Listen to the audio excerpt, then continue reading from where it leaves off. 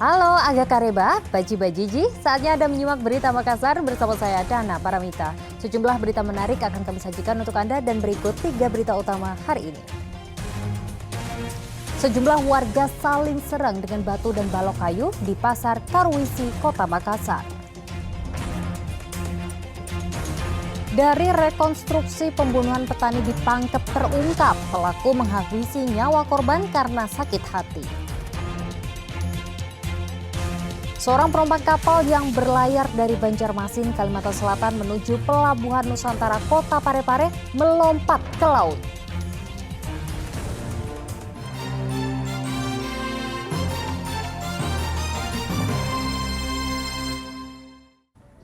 Informasi pertama untuk Anda, sejumlah warga saling serang dengan batu dan balok kayu di Pasar Karwisi, Kota Makassar. Tawuran berhenti setelah polisi tiba di lokasi.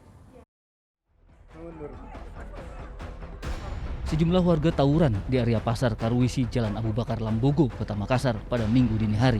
Mereka saling serang dengan batu dan balok kayu. Sebagian pelaku tawuran hanya menggunakan perisai dari seng untuk melindungi diri. Aksi anarkis akhirnya berhenti setelah Polrestabes Makassar tiba di lokasi. Namun sayang, tidak ada pelaku tawuran yang dapat ditangkap karena sudah melarikan diri saat melihat kedatangan polisi. Tidak ada korban jiwa ataupun korban luka dalam tawuran. Hingga kini polisi masih menyelidiki motif tawuran. Polrestabes Makassar mendatangi TKP perang kelompok di mana adanya laporan warga bahwa di Jalan Karwisi atau di Pasar Karwisi terjadi perang kelompok. Setelah sesampai di TKP sempat dibubarkan para pelaku. Namun untuk lokasi tersebut tidak terjadi adanya perusakan atau korban yang ada di lokasi. Para pelaku sempat melarikan diri. Akhirnya dari jajaran baik Penikam, kemudian Jatanra serta Polsek setempat masih mengamankan lokasi tersebut. Ini konon mereka menggunakan batu pada saat itu ya?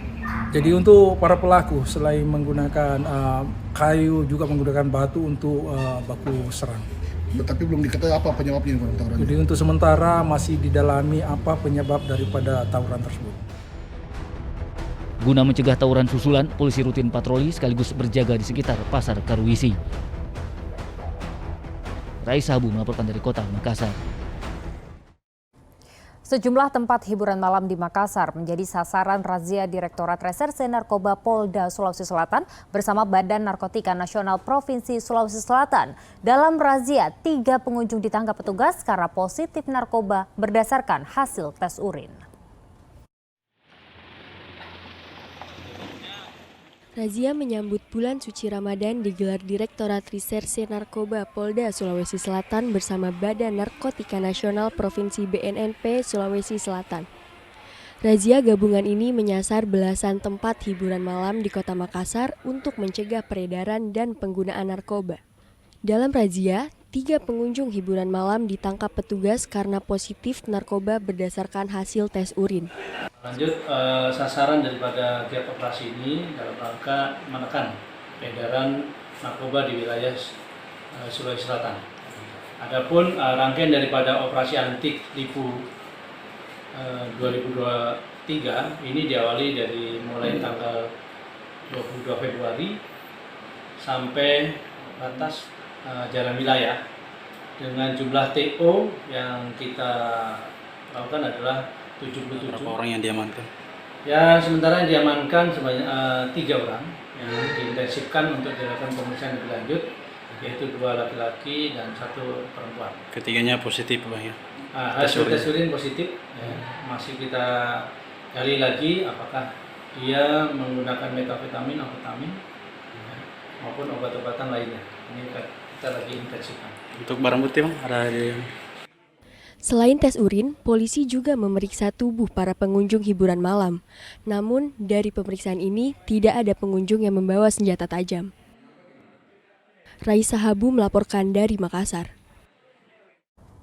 Dunia pendidikan di Kota Makassar kembali tercoreng. 2 siswi sekolah menengah kejuruan berkelahi di dalam kelas. Aksi tidak terpuji tersebut direkam oleh pelajar lain kemudian viral di media sosial.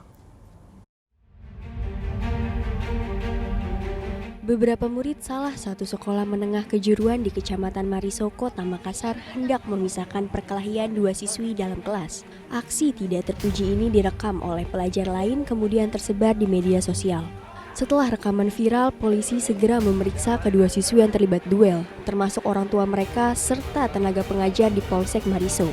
Dari hasil pemeriksaan, aksi yang tidak pantas ditiru tersebut terjadi pada 8 Februari 2023 tanpa diketahui pengurus sekolah.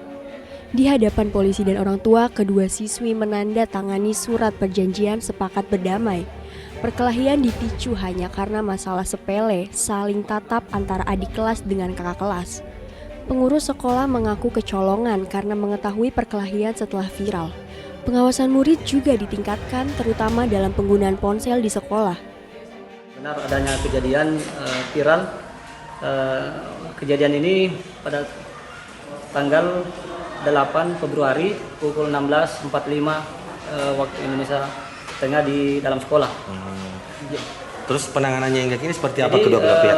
Penanganannya ini kami karena kedua belah pihak tidak ada yang keberatan, pihak kedua orang tua masing-masing sepakat untuk berdamai dan kami buatkan di sini surat pernyataan damai dan kedua belah pihak tidak keberatan lagi.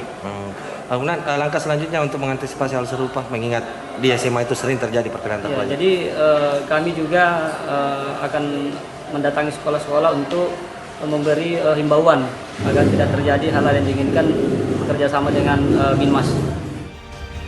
Pengurus sekolah telah memberikan sanksi kepada perekam dan penyebar rekaman perkelahian ke media sosial. Polisi juga meningkatkan pengawasan di sejumlah sekolah agar perkelahian tidak terulang. Andi Muhammad Sardi melaporkan dari Makassar. Kita beralih ke informasi lainnya, mahasiswa yang tewas ditembak oleh kelompok kriminal bersenjata atau KKB tiba di kampung halaman di Kabupaten Toraja Utara. Saat penembakan, korban sedang mengantar makanan ternak di distrik DKI Kabupaten Yahukimo, Provinsi Papua Pegunungan.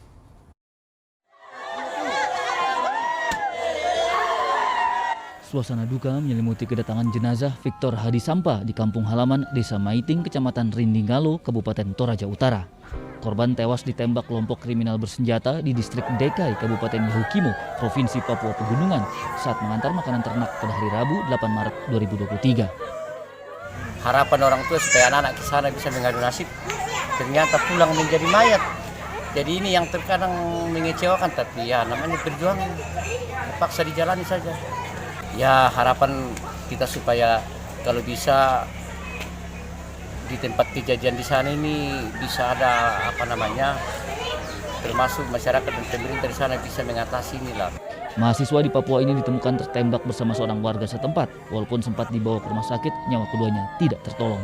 Wahyudi Baso melaporkan dari Kabupaten Toraja Utara.